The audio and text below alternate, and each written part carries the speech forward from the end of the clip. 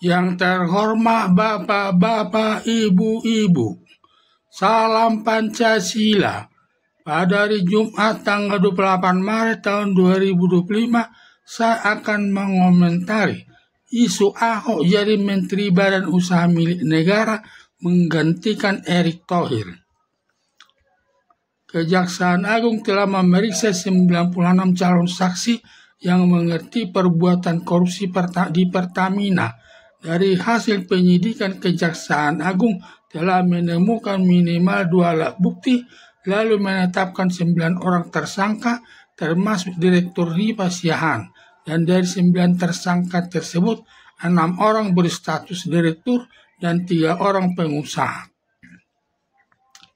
Cara para direktur Pertamina melakukan perbuatan korupsi dengan cara menekan produksi Pertamina sehingga tidak memenuhi kebutuhan konsumen.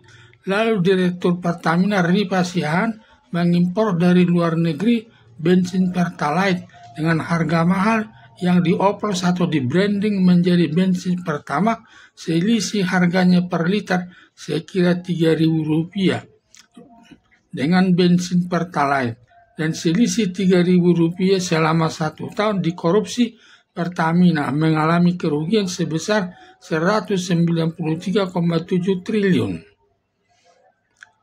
Perbuatan korupsi sudah dilakukan sejak tahun 2018 sampai tahun 2023, sudah berjalan 5 tahun. Berarti Pertamina sudah mengalami kerugian hampir mencapai 1.000 triliun. Dan saat itu pemerintahan dipimpin mantan Presiden Joko Widodo yang melindungi para direktur Pertamina dengan imbalan memberi setoran kepada mantan Presiden Joko Widodo mencapai ratusan triliun rupiah. Ada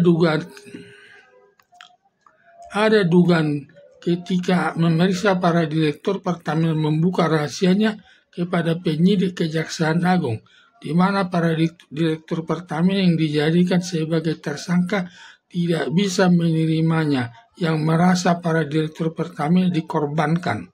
Padahal para direktur Pertamina sudah memberikan uang tiap bulan sebesar 50 miliar kepada Erick Thohir sebagai uang keamanan agar tidak sampai menimbulkan masalah. Berdasarkan hal tersebut, Kejaksaan Agung berhasil membongkar Erick Thohir setiap bulan menerima uang 50 miliar dari para direktur Pertamina yang sudah dijadikan sebagai tersangka. Erick Thohir selaku Menteri Badan Usaha Milik Negara atau BUMN menerima 50 miliar tiap bulan dari para direktur Pertamina, mengingat peranan Erick Thohir selaku Menteri Badan Usaha Negara atau BUMN sangat besar kewenangannya. Bahwa para direktur Pertamina hasil penempatan Erick Thohir yang mempunyai kewenangan melakukan pemecatan atas direktur Pertamina tersebut. Tetapi Erick Thohir menyalahgunakan kewenangannya menerima uang tiap bulan 50 miliar dari para direktur Pertamina yang merupakan perbuatan korupsi yang tidak merugikan keuangan negara, yang melanggar undang-undang tentang pemberantasan tindak pidana korupsi. Ancaman hukumannya seumur hidup dan hukuman badan maksimal 20 tahun. Mengenai berat dan ringannya hukuman seorang koruptor tergantung pertimbangan hakim. Bila pertimbangan hakim banyak alasan yang memberatkan, hakim dapat menjatuhkan hukuman seumur hidup. Tetapi bila pertimbangan hakim banyak alasan yang meringankan, maka hakim dapat menjatuhkan hukuman selama 15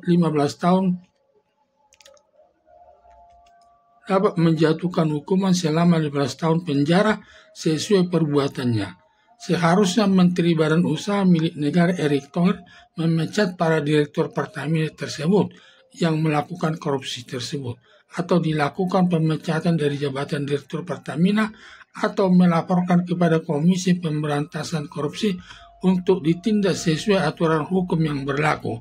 Tetapi malah sebaliknya Erick Thohir membiarkan para direktur Pertamina melakukan perbuatan korupsi sampai 5 tahun yang merugikan Pertamina hampir 1.000 triliun. Terbongkarnya para direktur Pertamina melakukan korupsi di Pertamina justru ketika menerima informasi dari masyarakat Lalu Jaksa Agung memeriksa para Direktur Pertamina dan menetapkan sebagai tersangka, dan para Direktur Pertamina memberikan uang sebesar 50 miliar setiap bulan kepada Erick Thohir. Berdasarkan alasan tersebut muncul isu Ahok atau Basuki Cahayapurnama akan menjawab Menteri Badan Usaha Milik Negara atau BUMN menggantikan Erick Thohir. Adanya isu Ahok atau Basuki Cahayapurnama menggantikan Erick Thohir merupakan berita baik, karena Ahok atau Basuki Cahayapurnama bersih dari perbuatan korupsi terbukti ketika menjawab Komisaris Utama di Pertamina tidak mau menerima uang korupsi setiap menemukan masalah dengan memberikan petunjuk terkait penggunaan sistem agar tidak melakukan korupsi. Jawabannya akan dilaksanakan, tetapi faktanya tidak melakukan perbaikan. Sehingga para Direktur Pertamina berlanjut melakukan perbuatan korupsi. Saking kesalnya Ahok atau Basuki Cahayapurnama menyatakan bila Ahok diangkat jadi Direktur Pertamina, semua Direktur Pertamina akan dipecat. Akhirnya Ahok atau Basuki Cahayapurnama ingin bertemu mantan Presiden Joko Widodo,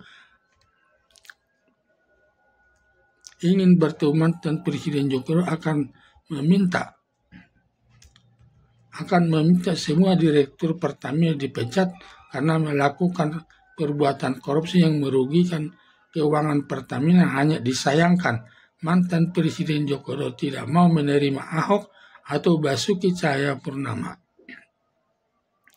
Ahok atau Basuki Cahayapurnama lain dari yang lain, dari orang yang lain. Padahal Ahok atau Basuki Cahayapurnama menjabat Komisaris Utama sudah berpenghasilan 1 miliar tiap bulan. Tidak sayang keluar dari Pertamina. Bila orang lain akan menyesuaikan diri dengan para Direktur Pertamina agar diberikan para Direktur Pertamina tiap bulan dari hasil perbuatan korupsi kepada Komisaris Utama tersebut soal semua temuan kekurangan untuk dijadikan para Direktur Pertamina tidak peduli, yang penting tiap bulan dapat bagian uang korupsi Pertamina. Beginilah pada umumnya sifat orang memegang jabatan di Pertamina atau pemerintahan. Ketika awal Ahok atau Basuki Cahayapurnama menjabat Komisaris Utama, Pertamina menyetor ke kas negara sebesar 100 triliun yang selama ini Pertamina tidak pernah dapat untung, dan semua perusahaan dalam badan usaha milik negara tidak pernah untuk dapat untung, malah ditambah perusahaan merpati banyak korupsi hingga perusahaan penerbangan bangkrut sampai sekarang tidak jalan lagi. Ditambah lagi perilaku positif Ahok atau Basuki Cahayapurnama menawarkan diri kepada Jaksa Agung Sanitiar Burhanuddin untuk menjadi saksi untuk membongkar para koruptor yang terlibat melakukan perbuatan korupsi. Karena dengan pengalaman selalu Komisaris Utama banyak mengetahui perbuatan korupsi, yang dilakukan para pejabat negara yang berada di lingkungan badan usaha milik negara. Berdasarkan pertimbangan di atas, Erick Thohir tidak pantas menjadi Menteri Badan Usaha Milik Negara yang memelihara atau membiarkan berlangsungnya para Direktur Pertamina melakukan perbuatan korupsi dari tahun 2018 sampai tahun 2023. Sedangkan pertimbangan Ahok atau Basuki Cahayapurnama penuh kebaikan yang bersih dari perbuatan korupsi.